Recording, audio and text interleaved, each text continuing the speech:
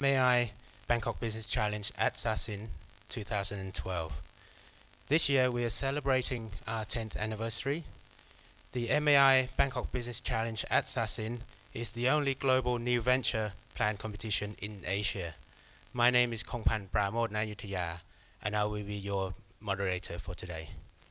Before we begin, let me just give you a brief background of this year's competition. We had 55 teams, 23 countries from 6 continents submitted their summary business plan.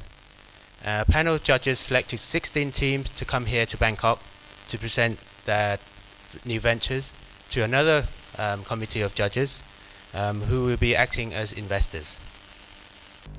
The judges will be scoring based on the venture's business viability, and teams are competing for prizes worth over 140,000 US dollars.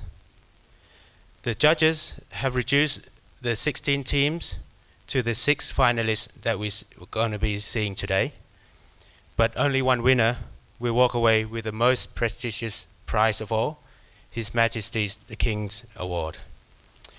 The 6 finalists in order of presentations today are Lorax Energy from Cornell University, United States of America. Second team will be Flu Tubes from Nanyang Technological University, Singapore. Third team, Corrosion Solutions from University of Oregon, United States. Fourth team, Drill Light LLC from Northern Institute of Technology Management from Germany. Fifth team to present today will be ENT Sim from Indian School of Business, India. And then the last team, Ecological Hollow Blocks from Asian Institute of Management, Philippines. So each team will have 30 minutes to make their presentations, during which the judges may ask questions at any time after 5 minutes have passed. The teams will receive 3 time notifications, one after 5 minutes to allow for the interactive session, then 3 minutes and 1 minute before the end. Please keep an eye on our beautiful ladies at the front here. Due to the interactive nature of the presentations, teams that have not made the presentation are not allowed to be present in the room. And for our guests, please show your consideration by turning off all your mobile devices and refrain from leaving the room during the session. ขอเน้นหน่อยนะครับกรุณาปิดเครื่องมือสื่อสารทุกชนิดและอย่าเข้าออกจากห้องตลอดเวลานะครับ Of course, the MAI Bangkok Business Challenge at Sasin 2012 would not be possible if it wasn't for the generous sponsorships from the Stock Exchange of Thailand, Kiat Nakin Bank, Tesco Lotus, and B. Grimm.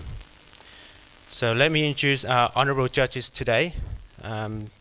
Firstly, I'd like to introduce Mr. Chinit Chanchanarong, President of the Market for Alternative Investment, or the MAI. He's also the Chairman of the Judging Committee. Next to Mr. Chinit, we have Ms. Gopkan Watanarangkoon, Chairperson, Toshiba Thailand Company Limited. Thirdly, Mom Luong Waliwan Warawan, Executive Director, Civicorn Group. Fourth, Mr. Ashraf Fancy, Managing Director, In Season Foods Limited. Last but not least, Mr. Scott Bennett, Head of Asian Credit, Aberdeen Asset Management Asia Limited. So without further ado, please give a warm welcome to our first team, Lorax Energy from Cornell University, United States of America.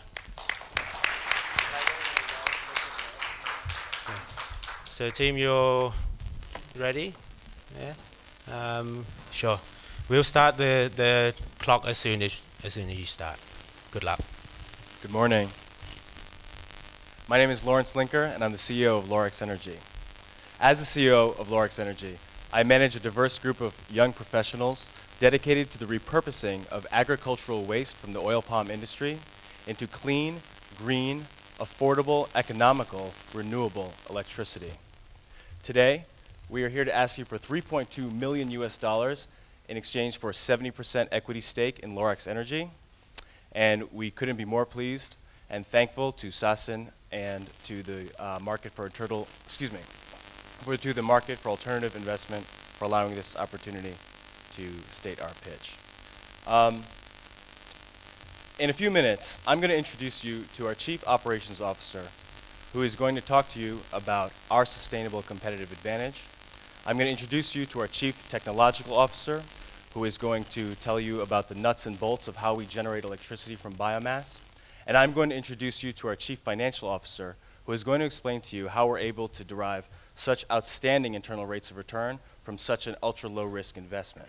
But before I introduce you to my team, I'd like to tell you a little bit more about how, and more importantly, why this company was formed in the first place. Before applying to business school and starting at Cornell, I was a financial advisor at Merrill Lynch. My investment philosophy focused me on those companies which provided the best-in-class solutions to the world's most serious problems. I made the transition from selling those solutions to creating them last summer when I worked for a small boutique private equity fund that invests in sustainable solutions in emerging markets. I spent my summer working with engineers and government officials and consulting groups in Malaysia, developing new techniques to promote the use of organic fertilizer made from oil palm biomass. While there, I began thinking about new ways to use that valuable biomass and new applications to generate value from it. I asked myself, how could oil palm biomass contribute to the solution of two of the world's greatest problems today that we're facing? Number one, the rapidly increasing need for energy, especially in emerging markets. And number two, the world's, to stem the tide of climate change that has been happening because of greenhouse gases. So I started doing some research, and here's what I found. Despite a media focus on wind and solar energy, biomass energy is actually the most popular and most commonly used form of renewable energy in the world today. The reason for that is trifold. Number one, biomass technology is time-tested. It's been around since the days of the Industrial Revolution. In fact, biomass power plants pretty much mirror the coal-fired power plants that provide electricity to most of the world today. Number two, biomass power plants are relatively to other forms of renewable electricity cheap. That means that with the lower capital expenditures, we can see, as investors, a faster return on our money and a better return on our money.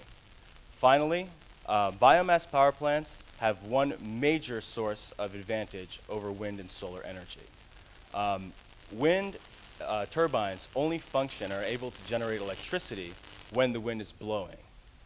Solar panels are only able to generate electricity during hours of unimpeded sunlight. This requires both of these technologies to use extremely expensive and technologically fickle electricity storage mechanisms in order to provide electricity to the grid when it's needed most. Biomass, on the other hand, naturally acts as a battery, storing energy in the material so that you can use it when it's needed. That means that biomass power has the potential to be the answer for renewable electricity that the world needs today.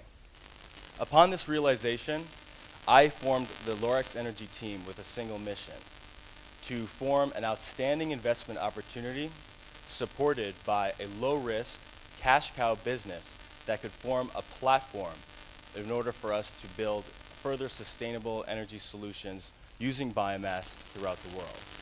Without further ado, I'd like to introduce you to our Chief Operating Officer, Mr. Christian Shoemaker. Thank you, Lawrence. As Lawrence mentioned, my name is Christian Shoemaker. I'm currently the Director of Operations of Palm Organics Global, based in Johor, Malaysia. Now, I met Lawrence this summer working for Palm Organics, and I was extremely excited when later he asked me to join Lorax as the Operations Director, because I have been working in this role in Southeast Asia for the last 2.5 years. So I'm here to tell you why palm oil waste is the reason, why is the feedstock that we're going to use. The first is volume. Now, anybody who's been to Malaysia has seen the sheer plenitude of palm plantations that there exist there today. In fact, there's over 4 million hectares dedicated to this industry. These hectares create 20 million tons of waste annually. This is because the palm tree, once it reaches 25 years of age, loses its economic viability. Now, the plantations need to clear these trees and make ways for new trees. They do this in two ways. First, They push the tree down and leave it to rot in the field. This creates a serious problem for the plantation, as the rotting trees attract pests such as the rhinoceros beetle, which is a thorn in the side of the palm industry today. Second, and far more dangerous, is the burning. This happens even though it's illegal, because it's very easy and cheap for the farmer. Now, obviously this creates a lot of problems environmentally, such as the Southeast Asian haze, which all of us have experienced, as well as a myriad of respiratory problems for the people around these plantations. So what does this mean for us, Lorax? A low price. We've all heard it. Waste means it's cheap. But for us, it's a special case. Right now, plantations are actually paying people to go there and clear them. First. Second, plantations have to deal with 3 types of waste. The first is the actual fruit from which the oil comes. This is where they're focusing all their energy today. They're putting money, time, and effort into taking profits out of this waste. The second is the actual leaves from the tree. And the last on the radar is the stem. We're talking years out. Now, we have all this biomass in this tree that's readily available for Lorax. So what do we need to do to make it into energy? First, we need to shred it. Hi, I'm going to cut you off right here. Just some of the numbers you mentioned that there's 20 million tons of palm oil trees which are wasted each year. And so I did some math on what you would need for your business. And basically, you mentioned 672 logs, I'm assuming 365 days. That works out to 200,000 tons, which is about 1% of the number you use. Correct. Which is good. In that sense, it's a very small number. However, with your fleet of 43 trucks, you're probably looking to get the trees from within a 50 or 100 kilometer radius of your power plant. What percentage of those trees would you need? Obviously, it's higher than 1%. Yes, we actually can talk about that later in the presentation, I believe. No, do it now. Do it now? Okay. Sure. So to just address that real quick, we would be locating our plant in Johor at a site that we selected. We can actually show you the slide if you want to go to the appendix. And the reason that we chose this location is specifically because of the high concentration of older trees that are there. But actually, it will be deprived. You run out of trees, or run out of the supply soon. So have you considered the logistic cost into your operation? So the costs that we have calculated for you here are based on retail numbers that are, what's the word for this? They're actually brought to us. So for 15 ringgit per tree, people will actually bring the trees to us.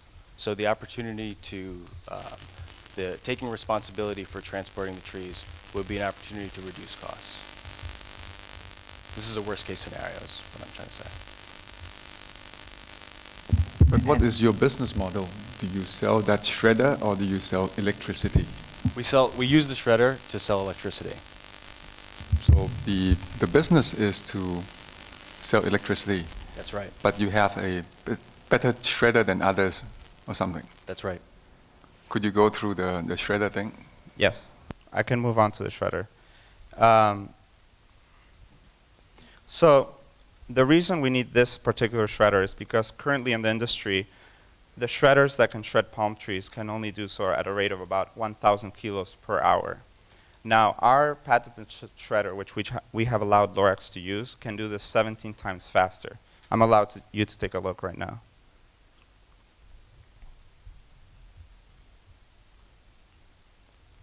In under 2 minutes, I can take an 8-meter tree and turn it into that. That's our distinct competitive advantage. No other competitor would be able to do the same thing as we did unless they either buy 17 machines off the shelf or develop technology which would take time and money. Efficiency.